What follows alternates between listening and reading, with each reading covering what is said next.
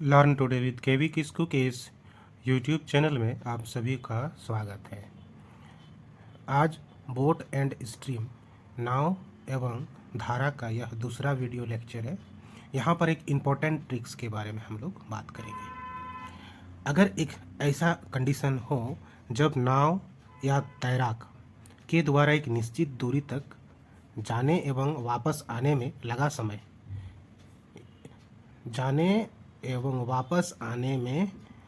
लगा समय जब दिया हो और धारा या नाव में से किसी एक का गति निकालना हो तो हम लोग इस फार्मूले की मदद से उसको बहुत ही कम समय में निकाल सकते हैं। सबसे पहले इस फार्मूले को हम लोग देखते हैं। इस फार्मूला आया कैसे। मान लेते हैं कि कोई एक नाव इस बिंदु से इधर किसी बी बिंदु तक जाती है, ए से बी बिंदु तक जाती है इधर से, और वापस जब आती है तो बी से ए की तरफ आती है।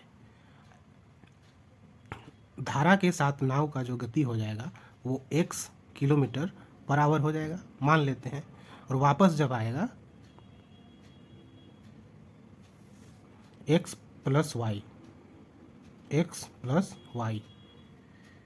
और जब वापस आएगा तो x minus Y kilometre per hour हो जाएगा।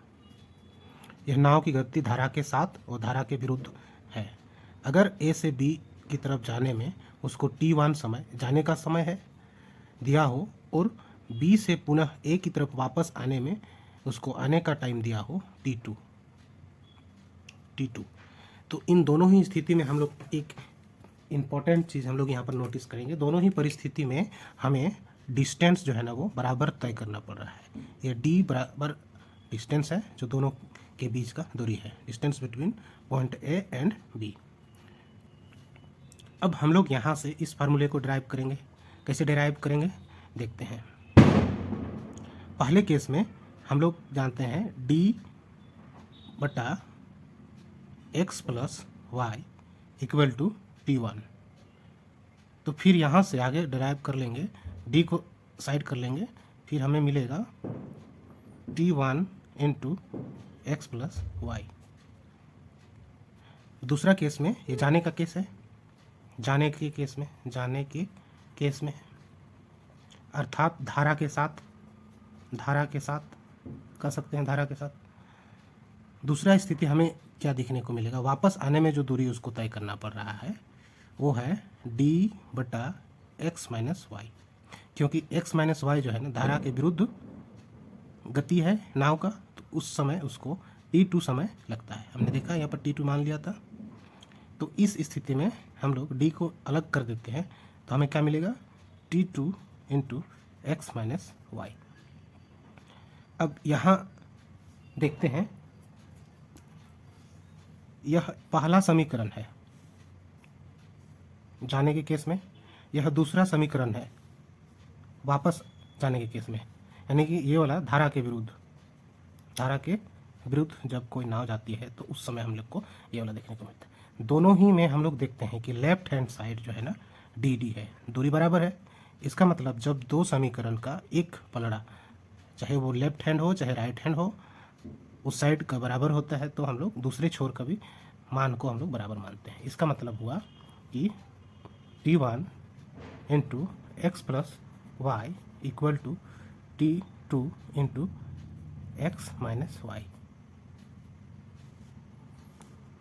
अब यहाँ से x प्लस वाई को इधर ही रहने देते हैं, इस x माइनस वाई को इधर वापस लेके आ जाएंगे तो हमें मिलेगा x minus Y equal to, यहाँ t2 को रहने दो और ये t1 नीचे आ जाएगा।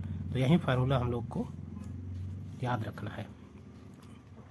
तो यहाँ पर अगर ये t1 जो है वो वापसी का समय और ये जो है ना धारा के साथ जाने का समय है। धारा के साथ जाने का समय t1 है, ये t2, और ये धारा के साथ जब नाव की चाल है x प्लस वाई, धारा के विरुद्ध नाव की चाल x माइनस वाई। इसी को याद रखना है। दोनों का अनुपात अगर दिखा दिए तो इस फार्मूले की मदद से हम लोग x plus Y upon X minus Y बटा t2 अपॉन t1 है। अब प्रश्न में क्या पूछा जा सकता है, इसमें से कोई भी एक अननोन क्वांटिटी, चाहे वो x का वैल्यू हो, चाहे वो y का वैल्यू हो, चाहे वो t2 का वैल्यू हो, चाहे वो t1 का वैल्यू हो, इनमें से जब 3 क्वांटिटी दिया हुआ हो, 3 राशियां दिया हो, मान लो x दिया हुआ है, तो हम इस फार्मूले की मदद से निकाल सकते हैं x का वैल्यू।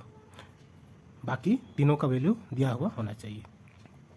इसको हम अच्छी तरह से इस उदाहरण के मदद से समझते हैं।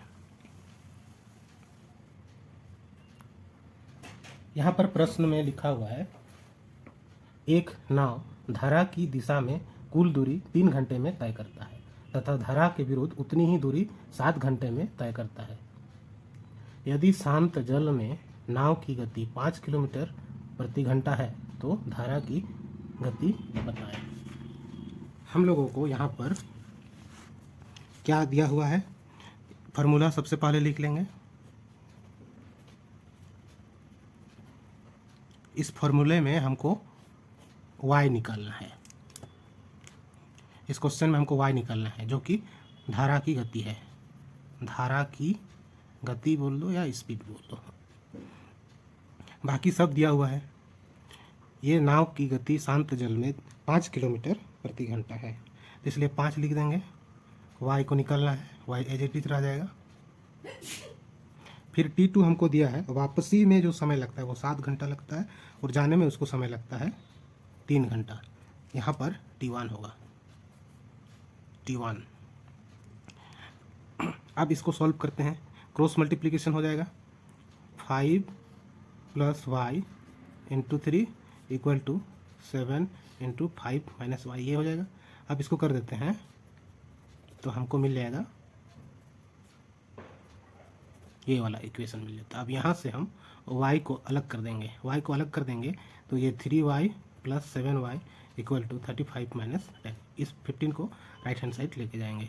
फिर हमें देखने को मिलेगा 10y = 20। अब y का वैल्यू आ जाएगा यहाँ से 20/10, दैट इज 2।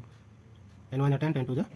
y का वैल्यू हमको यहाँ से कितना मिला, y का जो वैल्यू मिला, धारा की गति मिला हमको, y = 2 किलोमीटर पर आवर। यही वाला हमारा क्या है, आंसर है।